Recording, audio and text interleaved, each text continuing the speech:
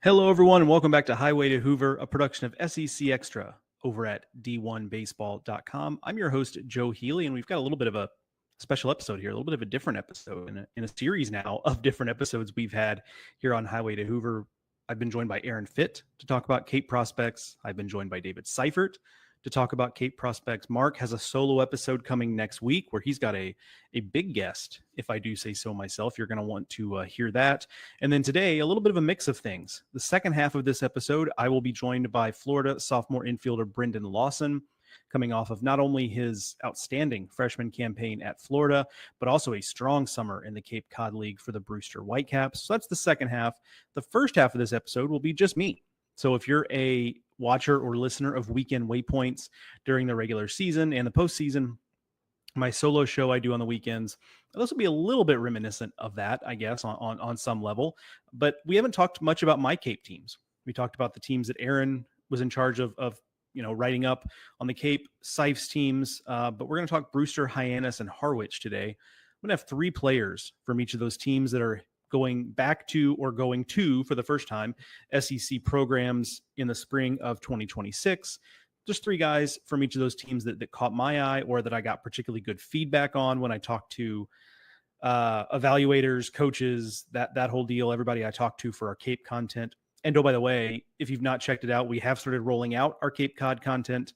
I've got several teams up on the website if you want to kind of catch up on who stood out during the Cape season, both in the SEC and outside of it. Those posts are rolling out on the website right now. All right, so let me get some housekeeping out of the way, and then we will get going on those Cape players. First things first, have to remind you that this episode of Highway to Hoover and every episode of Highway to Hoover is brought to you by Academy Sports and Outdoors. Score a cool pool, savor summer flavor with the grill, prep for fishing weekends, or mount up with a new mountain bike. However you have fun, you can't lose with our top brands. Gear up online at academy.com or at your local store. All right, that's piece of housekeeping number one. Here's piece of housekeeping number two. And it's something I'm cognizant of not doing a ton of because I'm not great at it, to be honest with you. I also respect you, the listeners and the viewers, too much to totally inundate my content with it. But a couple things. One, if you haven't left us a comment or a 5-star rating or a thumbs up or whatever it is on whatever podcast platform you listen to the show on, Mark and I would appreciate it if you do it. I'm told that's important for the visibility of this show. And honestly, college baseball being such a small ecosystem in the grand scheme of things, right? Smaller than college football, college basketball. We're kind of the sport that punches above its weight, I would say. So I want to grow that community here with Highway to Hoover and with D1 Baseball, with SEC Extra. So tell somebody about it. Tell someone about us. Give us that review. Again, I don't ask that very often. Maybe I should more. Maybe my bosses would say I should do that more. Sorry, Kendall. But I'm doing it here for the first time in probably months.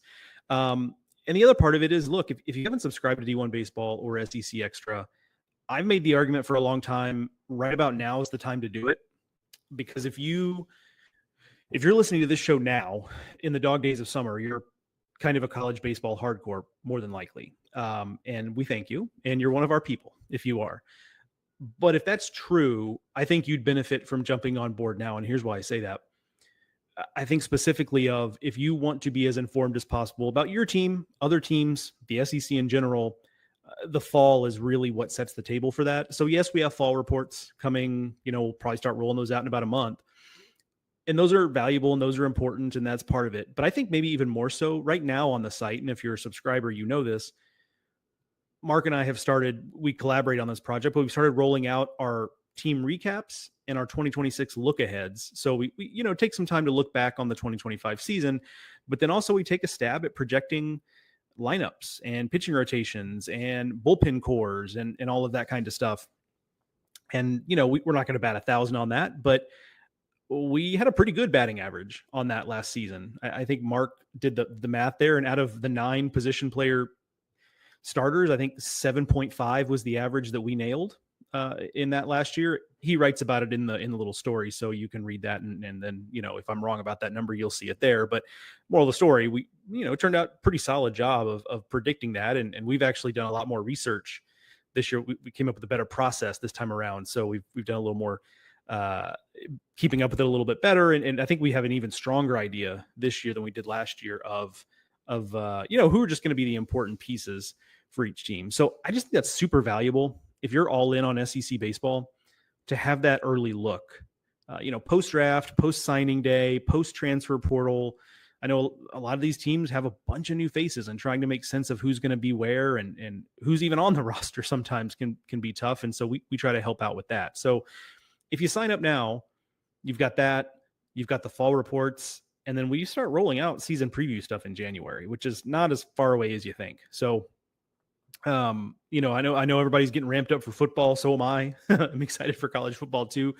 As I'm recording this, week 0 is coming up. Week 0 will have already happened by the time you listen to this, but so I'm excited about it too. But I think for the college baseball sickos among us, the fall and the early, in the winter, the early part of the new year is a fun time too for us to kind of get a sneak peek of what rosters are going to look like. So if you've not subscribed, I always say Mark and I would be honored and humbled if you give us a chance, and truly, sincerely mean that. This community's been awesome. This is now, we're heading, 2026 season will be the 4th season in which we've had SEC Extra. Time flies. I honestly can't believe that's true, but it is. So subscribe to D1 Baseball generally. Subscribe to SEC Extra. Little bonus. If you subscribe to SEC Extra, you get ACC Extra for free. The inverse is also true. So, if you live in a Georgia Tech household, something like that, a Kentucky Louisville household, you can kind of do a little bit of recon on the enemy there. So that's a little bit of bonus for those folks who subscribe to the extra packages. So again, I don't do a whole lot of the salesman stuff on this show, but wanted to make sure to do so now while it was a solo show, and I've got the microphone. So there is that. All right, let's get into some players. Why don't we?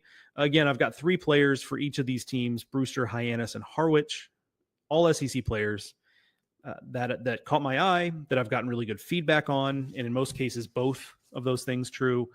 So guys to watch for as we go into the 2026 season. We're going to start with Brewster. Those posts, the Brewster position players is out now on the site. My rundown of those. Brewster pitchers is done. I think that is coming this week, so it's out by the time you listen to this. So those are out there in the world if you want to read these as I go through these names. The first name is a name I've already talked about, Brendan Lawson, infielder from Florida. This is kind of I would say I guess it's a hot take a little bit, but somebody I talked to who I respect, who knows the game, said that he thinks Brendan Lawson's going to be in the mix for first overall pick in 2027. I wouldn't have thought that. I still don't know that I think that, but it is interesting. There's at least one person, again, whose opinion I respect on this stuff a lot, that thinks that's on the table. Just gives you an idea of, even if he doesn't end up being the first overall pick, it does give you an idea of how much he's valued, particularly offensively. It's a elite approach at the plate. It's sometimes like he's taking batting practice. He's just kind of toying with the defense, where it's like, oh, okay, you're gonna shade me to the pull side. All right, I'll slap this thing the other way. Or, oh, you're gonna hold the runner at first base, and as a left-handed batter, Brendan Lawson will just pull a ball through right where the first baseman was standing. Just extremely good bat control, great bat to ball, willing to take his walks, doesn't chase a ton. Physically, it's 6'3", 215, like really looks the part physically. He already has the kind of raw power to put up power numbers at the college level. I think the power from a next level perspective will come. I think he's, going to add some strength to that frame. He's pretty projectable. The one thing that I think could keep him from being 1-1 is not even really his fault necessarily. It's that he's probably going to be a third baseman. And he's definitely just a corner infielder. He played some shortstop this summer for Brewster. I don't think that's where he will play moving forward for Florida, but I also was kind of bearish on Colby Shelton at shortstop. And while Colby Shelton's never going to be Ozzie Smith at the position, he was better than I thought he would be. Really worked on his body and worked on his game to be able to become a competent SEC shortstop. So maybe Lawson does that, but generally speaking, I think it's accepted that he's probably just more of a third baseman and has a chance to be a good one. But the track record of corner infielders, or just corner players in general, you can count outfielders too, being 1-1, it's a pretty short list. Spencer Torkelson is a pretty decent example of this as a guy who was drafted as a third baseman, but it's more of a first baseman. But I think that just goes to show like how good offensively you have to be if you're going to be a corner guy and get drafted 1-1, because Torkelson obviously is one of the best power bats we've seen in college baseball in a long time. So just thought that was interesting, but he was so good, Lawson, this summer. And obviously stick around and listen to the interview. He's a really bright guy too. I enjoyed talking to him. He's got a good sense of humor. He's got interests outside of baseball, which I think is great. I think that's great for a player's development to be able to have other passions, other things that he's interested in. So it's not just 100% baseball. I think that's healthy. He obviously loves baseball and works really hard at it, but to have other things he can kind of, turn his baseball brain off and use another part of his brain. I think that's huge. So really interesting guy. I really enjoyed talking to him. So hang on for that after we finish this segment. Second player for Brewster, Tegan Kuhns, Tennessee right-handed pitcher, got his feet wet a little bit last season. Not just in general at Tennessee, but also got some SEC starts. Mixed bag, about a 5.5 ERA. As a freshman, that's kind of expected, but I thought he showed quite a bit. And then on the Cape, he was awesome. A 1.35 ERA, had a 20-1 strikeout to walk ratio, which I get that you can look at that and say, well, it's wood bats on the Cape. And, so you're incentivized to throw a bunch of strikes. And I agree, but you look around the Cape and not everybody's doing that. So just Kuhn's ability to understand the situation of, look, my stuff is good enough that if I'm consistently in the strike zone, I'm going to bet that hitters can't beat me. And they really didn't this summer. So kudos to him for doing that. Cause again, not everyone does that effectively. Fastball is electric. It was up to 97. It's got carry through the zone. His breaking ball was an effective weapon for him as well. He looks the part of a guy ready to be a weekend starter, to have a bigger role at Tennessee moving forward. I really liked what I saw from him and looking forward to seeing him next spring. Maverick Rizzi, right-hander for LSU, is the third and final Brewster player we'll talk about. Small sample, 6 innings and change, I believe, but was dominant in those 6 innings. I saw him in a 2-inning, not a save situation, but he closed out the game with 2 innings, struck out 5 of the 6 batters through 24 pitches. 19 of them were for strikes, so elite strike throwing. Obviously, the velocity's there. Fastball up to 98 miles an hour. I'm sure in the spring, with all the offseason training and stuff, he'll be pushing 100. But the key was the slider was also dastardly. And that's the thing. Like, the velo is good. He'll be able to get a lot of outs with his fastball. But if he can pair that with something else to keep hitters off the fastball a little bit more, that's obviously going to be huge. And he did that this summer on the Cape. It was a cool story, too. He's a local guy. He's from Massachusetts. It had been a lifelong dream for him to play on the Cape. I don't know if it weren't for him pushing for it, I don't know that he would have gone to the Cape. Maybe he would have. But, at the SEC level, a lot of pitchers don't go out to the Cape. But he did, and it was a short stint, but he just looked really, really dominant. And I have to wonder if he's a ready-made replacement for Chase Shores. I don't know that they do the starting experiment like they did with Shores. I think Rizzi might be more just a traditional reliever, but can he be what Shores was at the end of last season? There's a lot of similarities, obviously, big, tall guys, big fastballs. We'll see, but I think he has that type of potential. All right, let's talk Hyannis.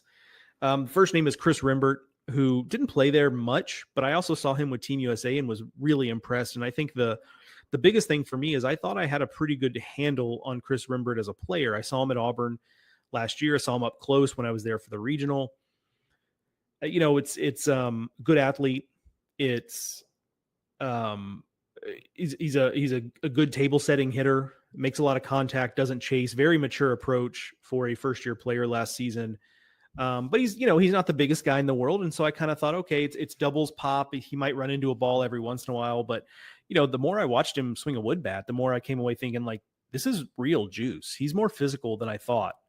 He hit a home run in his first at-bat in the Team USA trials. He crushes a home run 430 some odd feet, right? Like 107 or 8 or something off the bat. And he continued that with the high exit velos and what have you on the Cape. Defensively, a little bit of versatility there. Second base, outfield, maybe. I didn't love the look I got with him in the outfield, but it's such a small sample. I just don't know, right? It's just not enough for me to make a judgment one way or the other, but certainly he's proven he's a good enough second baseman in the SEC and a good enough athlete to to adapt to just about anything, I would think. But the physicality, his ability to hit for some power, that's what stood out to me, because I just didn't know it was in there to that degree. So like this, I kind of thought this was going to be a guy who probably bats, first or second in the order for basically his entire Auburn career. And now I'm thinking maybe he's more of a middle of the order type run producer. I think that might be on the table. And then the beauty of it from Auburn's standpoint is that he can do all of those things. And so they don't really have to pigeonhole him. And that's awesome from Auburn's perspective.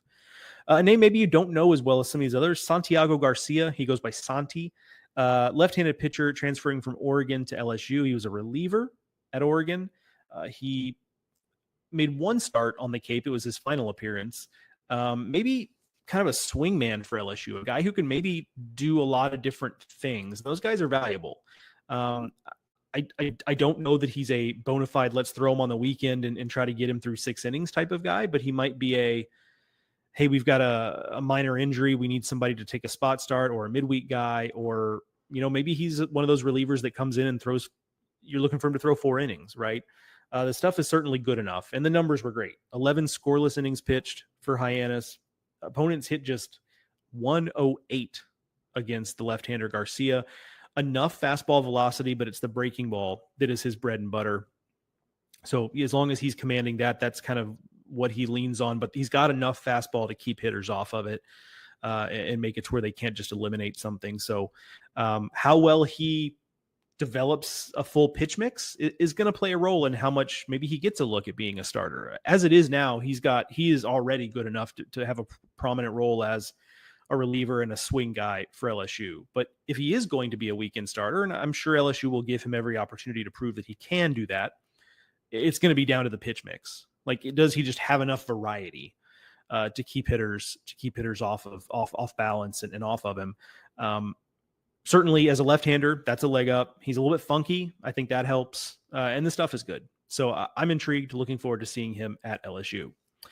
Jackson Willits from Oklahoma is the third and final Hyannis player to highlight here. Just a great summer. Again, a relatively short stint. I think number of games in the teens, but a 1022 OPS and 41 at-bats, 15 walks to 7 strikeouts. That's impressive on the Cape. That always catches my eye on the Cape because, to the point earlier when we were talking about Tegan Kuhns, like pitchers, at least good ones, know that, hey, I just really need to fill up the zone. These are wood bats, sweet spots, not as forgiving. It just don't need to be as careful. So when pitchers are so incentivized on the Cape to just throw it in the zone, even if it's not commanded extremely well, just get it in the zone. The fact that he was able to walk twice as much as he struck out, again, 15-7, it is really, really impressive. And the word that folks I talked to about him kept coming back to is mature. It's a mature approach. It's a mature outlook on the game. It's a mature approach to his preparation. And that's no surprise given the track record, right? Father played in the big leagues. Eli Willits, his brother, obviously a high-end prospect. It's no surprise that that's what comes to mind with Willits, but impressive nonetheless. So another strong summer for him. Looking forward to him getting back to Oklahoma. Final team is Harwich. First name there is Aiden Robbins, outfielder transferring from Seton Hall to Texas. Elite field to hit. This guy can really hit.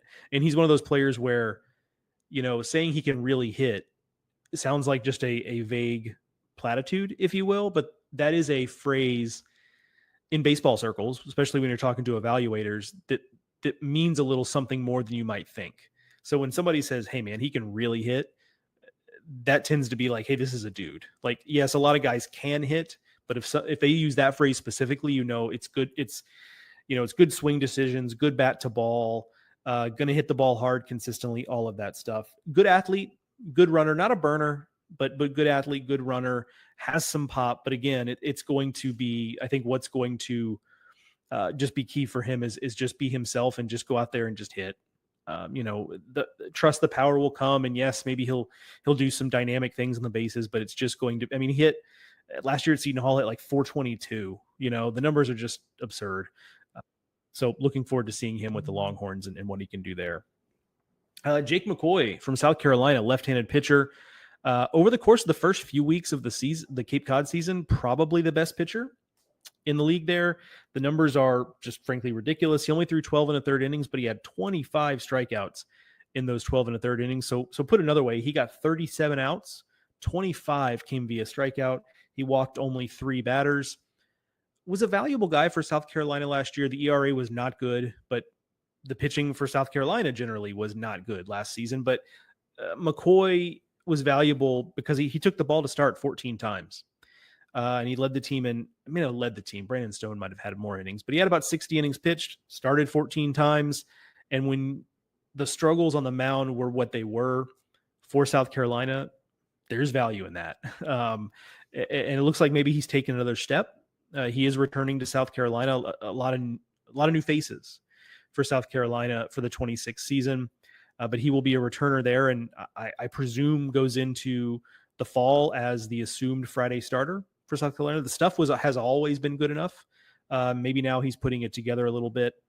We'll see. But his first few weeks in the Cape, he was about as good as any pitcher there was at that time. And then finally, last player here, Matthew Heiberger for Alabama, left-handed pitcher.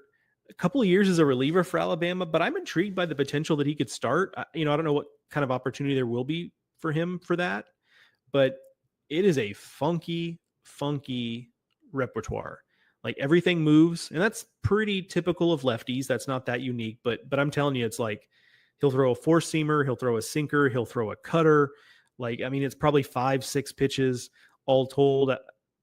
I saw him in person, but I also saw him on video from the Cape and had TrackMan pulled up, and he'll throw some pitches where I'll look at the TrackMan data, and anybody who's used TrackMan kind of knows once you've seen a pitcher throw a handful of pitches, you kind of look at the data, and without really having to analyze it too much, you can figure out what it was because you'll recognize either the velo or the movement as being what it is. But he throws some pitches where I'll look at the TrackMan data and be like, yeah, I don't know what that was. Was it a straight change? Was it a splitter? Was it, because he throws those two pitches too. It's tough. But I think that's what leads me to believe that, hey, if he can hold his stuff, and the velo's fine, he's not going to blow it by you, but it's fastball that'll get up to the mid-90s at its best. If he can hold that, and he's durable enough to do it for that innings load, I'm intrigued. Consider me intrigued, I guess is what I'm saying. But good numbers too, obviously. 2.28 ERA in 23 2/3 innings. That's a pretty heavy workload for the Cape. 23 2/3. We've been talking about pitchers here that, through 12 innings and 11 innings and 6 innings in the case of Rizzi. At 23 2/3 for Heiberger, to have an ERA like that is impressive. He was also there later in the summer relative to a lot of these guys, and that's typically when the league is at its most offensive, because some of it is because the pitchers have thinned out a little bit, which wouldn't affect Heiberger, obviously, but also the hitters, especially the ones that have been there most of the summer, at that point are they're used to the wood bat. They're in the rhythm of playing every day. And so that does tend to be when a lot of these hitters are at their best. So the fact that Heiberger was there at that point and came out with the numbers he did, I think is impressive in its own right. So kudos to Matthew Heiberger. I think I'm intrigued by the possibility that he might have a role a little bit different than the relief role that he's had the last 2 years with the Crimson Tide. All right, folks, that's my rundown of players for Brewster, Hyannis, and Harwich. Again, stay tuned to the site. I'll have them written up over the coming days and weeks, and you'll be able to check in on those guys, a lot of other SEC guys, and a lot of guys from other conferences that I think are worth paying attention to if you're just, again, a college baseball sicko. So check that out as those are posted. All right, as promised, next up, we are going to talk to Florida sophomore infielder Brendan Lawson. Had a lot of fun talking to him, so hang on and check that out here. All right, as promised, here on Highway to Hoover, we are joined by Florida sophomore infielder Brendan Lawson, who is coming off of not only an excellent freshman season in Gainesville, but a very strong season this summer in the Cape Cod League for the Brewster Whitecaps. Looking forward to talking about all of that, talking about his upbringing, playing baseball in Canada, and, talk about a few other little things here and there as we get to know him a little bit. First off, Brendan, I appreciate you joining us this afternoon. Yeah, thank you for having me on. I appreciate it. Let's start with kind of the origin story, like I mentioned. Give us a feel for growing up in a country that just doesn't have the baseball culture necessarily that the southern United States does, and how you having to playing baseball as a kid might have been different than a lot of your teammates who grew up in Florida playing baseball. Yeah. So, I've told people this before. I grew up playing hockey. So, it was a lot of cold drives through the winter to the rink. And I played baseball on the side because my dad played college baseball, just locally in Canada. So he always had the love for the game that he kind of, passed down to me. And I was doing both for a bit. And then, when I got to be like 14, 15, after just playing kind of local baseball, there's like a small little loop around my neighborhood. I was like, you know what? I think I really want to pursue this and kind of ditch hockey. And you know, it still was long drives to an indoor facility in the winter, and not much really changed. But I think, it is different because there's not really high school baseball. You just play travel baseball all year round, and you practice with your travel team, and then you play in a little like community league amongst the travel teams, and it's a little bit different. When I would get out on the field in I don't know, May, if we were traveling to the States, that was my first time playing outside. So it was a little bit of an adjustment every year. But I think, the training indoors, driving, hours out to away from the city, gives guys a bit of an edge, and it makes them a bit tougher. Yeah, I was gonna actually ask you about that because I do think there's an edge with. I mean, you really got to love to play baseball to do that, right? Like, whereas a lot of your teammates, like, they were probably riding their bikes to the field, right? Like, because it was that Yeah. easy. So yeah, like, what kind of edge did you tell me a little bit about that? Because you really had to work to just to be able to play baseball. Yeah. I mean, if you didn't like baseball or didn't really want to do it, it would show pretty quick with those, like, Yeah. just, it's not baseball weather most of the year, and you really only get a certain amount of time throughout the summer outdoors. And I think, like, just the training indoors, guys just getting after it. Like, there was a really good culture at my program where guys just wanted to come back when the weather was right and just win, just win all the time. And, like, when we went down to the States, we weren't just like another Canadian team going down, like, oh, we haven't played on a field. Like, we were trying to win. And that was the culture all the time. Did you growing up? I mean, obviously, there's plenty of Canadians playing in Major League Baseball. That's not that unique. But did you have any Canadian ball players you kind of looked up to that were in the big leagues that you said, okay, he did it. Like, so that's something. That's a path that I can follow, whether I go the college route or whatever it is. Yeah, I really liked Brett Lowry growing up. Okay. Yeah. I mean, went up through the junior national team system in Canada, played on the senior national team, and then he obviously played on the Blue Jays. So it was like a perfect example of this is attainable. I mean, it's not easy, Yeah. of course, but Right. this is something that can happen.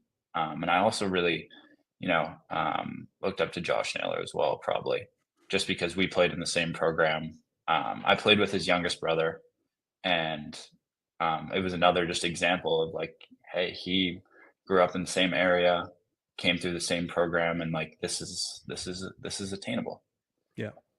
I put together before I jumped on here with you. I put together, and I explained this just because you're Canadian, so I don't know if like it's a thing that you heard about a lot. But here in the U.S., we have Mount Rushmore in South Dakota, which is like a mountain with the faces on it, right? And so I put together my Canadian baseball Mount Rushmore, and you tell me if you would trade anybody out of this, okay? Okay. I've got Larry Walker. Like, that feels like an obvious one. No I've doubt. got Yeah. Ferguson Jenkins for the old heads out there. Hmm. Vlad Jr. for the younger group, and then Joey Votto. So, like, I thought about like Jason Bay, Justin Morneau, Russell Martin, Eric Gagne. Would you make any changes there, or do you like that Mount Rushmore: Larry Walker, Fergie Jenkins, Vlad Jr., and Joey Votto? Gosh. It also depends on how you define Freddie Freeman, like, because Freddie Freeman kind of has the dual citizenship thing. So, like, That's what I did not include him, but was Vladdy was born He was. in He's born Canada. in Montreal. Yeah. Yeah, but he represents the DR when he plays in He like does. events like that, right? Yeah, yeah, yeah. I don't know. I don't know. Can we throw him on the Mount Rushmore then? That's a good question. So, Yeah. okay, let's just play pretend. Let's decide, okay, hey, sorry, Vladdy, like we love you, but you know, if you're not going to represent, if you're not going to play with a maple leaf on your hat, like we got to put you off. So like if I was taking Vladdy off, who are you putting on as the fourth guy? I think I got to put Russell Martin on there. No, I love it. I love it. I loved watching him growing up, especially like just what he did with the Blue Jays. And, you know, he when we had our junior national team together, he would come out and talk to all of us and, you know, watch BP and just hang out in the infield. And he was such a cool guy just to, you know, pick his brain about what his time was like in the big leagues and going up through the minor leagues. And just, it was such a great resource to have. Yeah. Good clubhouse guy too, right? Like he's just a good pro, like played forever. Like everybody liked him. Like it was, yeah. So that's a good call. I like that. So we're going with Larry Walker, Fergie Jenkins, Russell Martin, and Joey Votto. I feel like that's a pretty solid four. I feel like. Yeah, for sure. Before we get back to baseball, I saw something. There was an article written about you in Brewster, one of the beat writers there, and he mentioned among your favorite bands, Led Zeppelin, Motley Crue, and The Doors. Generally speaking, like where does your musical taste come from? Is that what you grew up with? Did you discover them later? Tell me a little bit about that. Yeah. So my dad is a huge guitar player and huge music fan. So ever since I was a kid, that was just what was on in the house, just that kind of music. I have an Eric Clapton concert poster behind me. Love it. I don't know if you can tell. Yeah. So he would always take me to concerts, even as a kid. And he kind of just like baseball, he kind of just everything that he liked, I just liked. And I started playing guitar recently, so that made me kind of gain a greater appreciation for that kind of music. Yeah. That's cool. Like, is dad helping you with the guitar, or are you kind of on is it a solo project?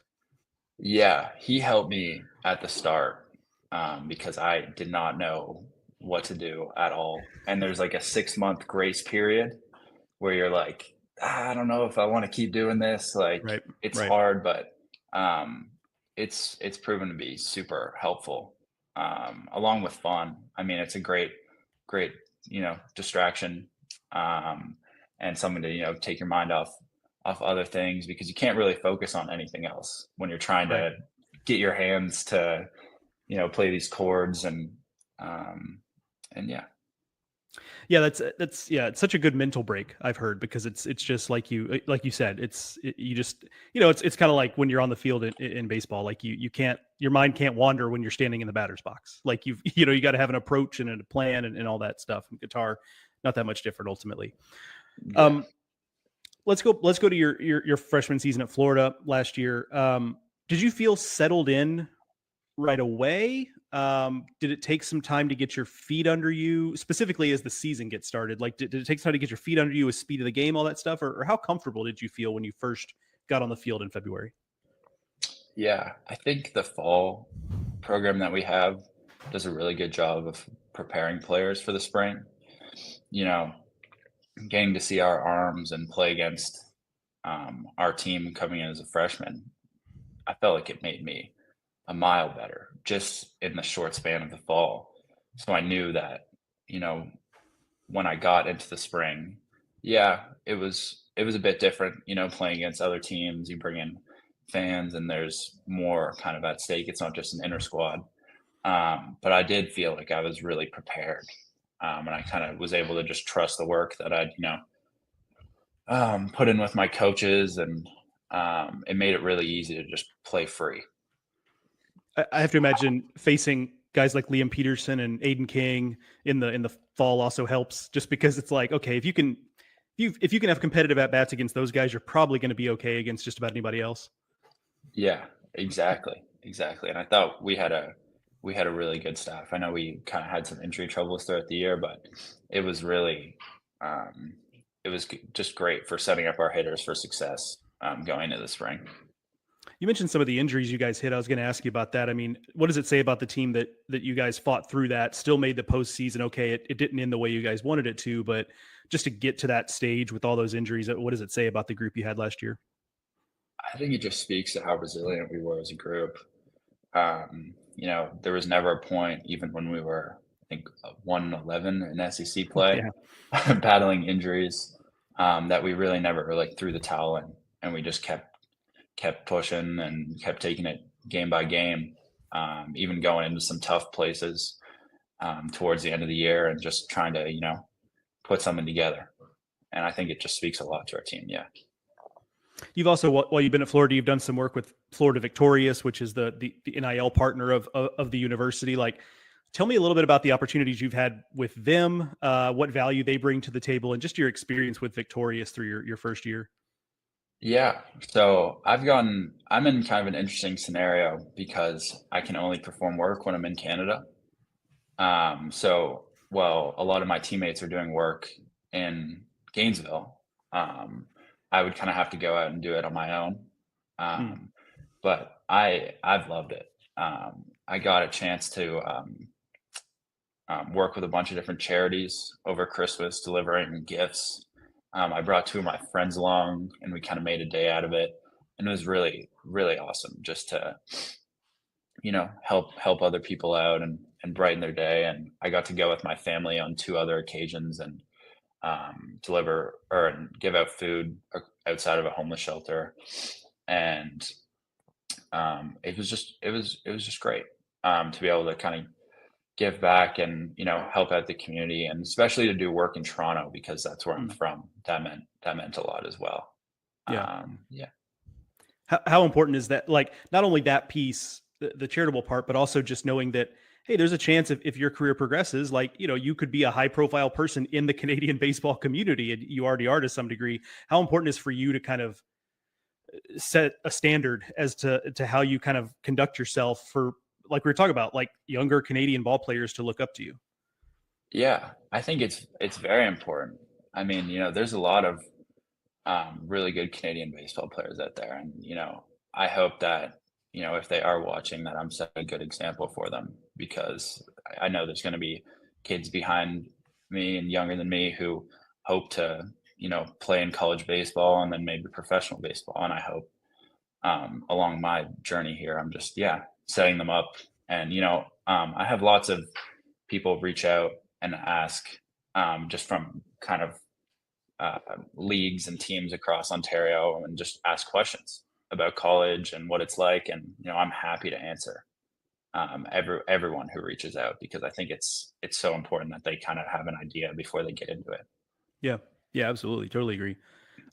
Let's fast forward a little bit to ahead of this summer. What did you want to accomplish when you went up, or I guess in your case down, from Canada to Cape Cod to play for Brewster this summer? What were kind of your big ideas of what you wanted to get done there? Yeah, I think I really wanted to personally improve my infield skills. Just getting back to playing, because I kind of played everywhere last year. Yeah. Getting back to playing more third base, second base, shortstop, and just win. Just try and win a championship in Cape Cod. And it didn't end exactly how we wanted, but on top of that, we had a great group. And I had an absolute blast. So just having fun as well, and just staying loose. That was really helpful as well. How important was it for you to stay up there the whole season? Because in Cape Cod these days, it's pretty common for guys to just dip, and like everybody's got to make their own choices. I get it. That's not a criticism, but it is pretty rare for folks to stay up the whole season. But how important was that for you to get those reps? Yeah, it was very important. I mean, I was enjoying myself so much right from when I got there that I was like, why wouldn't I stay? I'm getting better every day here. And I didn't get there exactly at the start, but just maybe 2 weeks after. And I was like, I've come this far. I owe it to myself and my team to really finish it out. There are worse places to spend a little extra time than Cape Cod. No kidding. Especially if you like the beach and eating seafood. I mean, that's usually That's kind of how I spend my time in the Cape, is just eating lobster and sitting at the beach. Going to ball games at night. It doesn't get much better. How much experience had you had swinging a wood bat before you went up to Cape Cod, and was there an adjustment there, just learning how differently, the ball kind of comes off it? Yeah, so almost all of the training we would do in Canada indoors was with wood bat. So all winter, that's all we would do is hit with wood. I wasn't sure if it was because they didn't want to hear the pinging sound inside or because they just, it's a smaller sweet spot, less forgiving, and can make you a better hitter. But I mean, we would play our loop with a metal bat, and then I had some experience in the draft league as well with a wood bat. So I've always felt fairly comfortable with wood. So it wasn't too much of an adjustment period. What was just generally, as you look back on it now, your favorite part of the Cape experience? Oh gosh. Honestly, I'd say there wasn't even one point that stands out to me. I was just showing up to the field every day. It was just fun. It was just the group of guys made it, the experience, what it was. And there was just I felt like I was laughing and just enjoying myself all the time with these guys. It was awesome. It feels like a good training ground for, the guys who are there, they want to have careers in pro ball, and the Cape can simulate some of that stuff because you're riding a bus, in the Cape, literally a school bus. You're riding a bus to games, and the playing surfaces are nice, but the stadiums are not, they don't have a lot of amenities, and you're no clubhouse. So rain delays, you're just hanging out in the dugout, or your car. So I've always thought I hear from a lot of guys that the biggest thing is just, you get up and it's just baseball. You're helping out at clinics and doing all that stuff. But for the most part, it's just baseball. You get up and you get ready to go to the park. You go to the park, you play a game, and then you do it again. And just that repetition, I hear from folks is really valuable. Yeah. I mean, it's a little different than college, obviously, because you're playing, 6 days a week, and then you get one off day. And then every other week or every 2 weeks, you get another off day on a Thursday. Yeah. So, it was really easy to kind of work through stuff. I mean, there was always another day to kind of, get another 5 at bats or 4 at bats. And there was a lot of repetition. How do you feel like you're a couple more here and we'll get you out of here? How do you feel like you're a better player now when you look back than when you just arrived in Gainesville about this time last year? Yeah, I'd say maybe a lot would have to do with my mental game. I think I've really kind of developed a slower heartbeat since I've gotten to college and then spending time in the Cape, learning to control my breathing better. And I think a big part of it was finding kind of a routine that I didn't have in high school. I was able to, know what I needed to do in the cage before the game to, prepare myself to play the best that I could. My last thing is, what do you think is going to make this Florida team that's going to take the field in 2026? What's special about this group? What should we be looking out for? And what do you think you guys can accomplish? Yeah, I mean, I haven't met some of the guys yet. I've only reached out over text just to say, congratulations, and looking forward to seeing you in the fall. But I think just like every year, the goal is to go to Omaha and win a national championship here. And I think, with any group that comes through our program, I think that's a strong possibility. Yeah. Brendan Lawson, sophomore infielder for the Florida Gators. Looking forward to seeing what he does as an encore for his excellent freshman season in Gainesville. Brendan, appreciate you joining us this afternoon. Yeah. Again, thank you for having me. All right, folks. Thank you again for listening. Thank you to Brendan Lawson. I told you he's a sharp guy, fun guy, easy to talk to. Really enjoyed spending some time with him and really going to enjoy getting to see him develop over these next 2 years. I mean, he's already one of the best players and prospects in college baseball, and the guy has 2 more full seasons at the college level. So I'm excited to see what he does these next 2 years. And it was just a lot of fun to get to know him a little bit and to chat with him. Thank you for, listening and kind of being with us in the summertime when things lull a little bit and we start doing some different stuff with the podcast, having some guest appearances and some solo shows and what have you. But that's good for folks to have a little time off. For folks who aren't on the podcast very much to get those appearances, get those reps, if you will. So, but I appreciate you sticking along for the ride all along the way. All right, that's going to do it for this edition of Highway to Hoover, a production of SEC Extra over at d1baseball.com. Thank you again to Academy Sports and Outdoors for sponsoring this and every episode of Highway to Hoover. Thank you for their guest spots on previous episodes to Aaron Fitt and David Seifert. Thank you to Brendan Lawson one more time for joining us. Thanks to the folks at Florida for helping to set up that interview. Really appreciate y'all over there. And thank you, the listeners, for listening.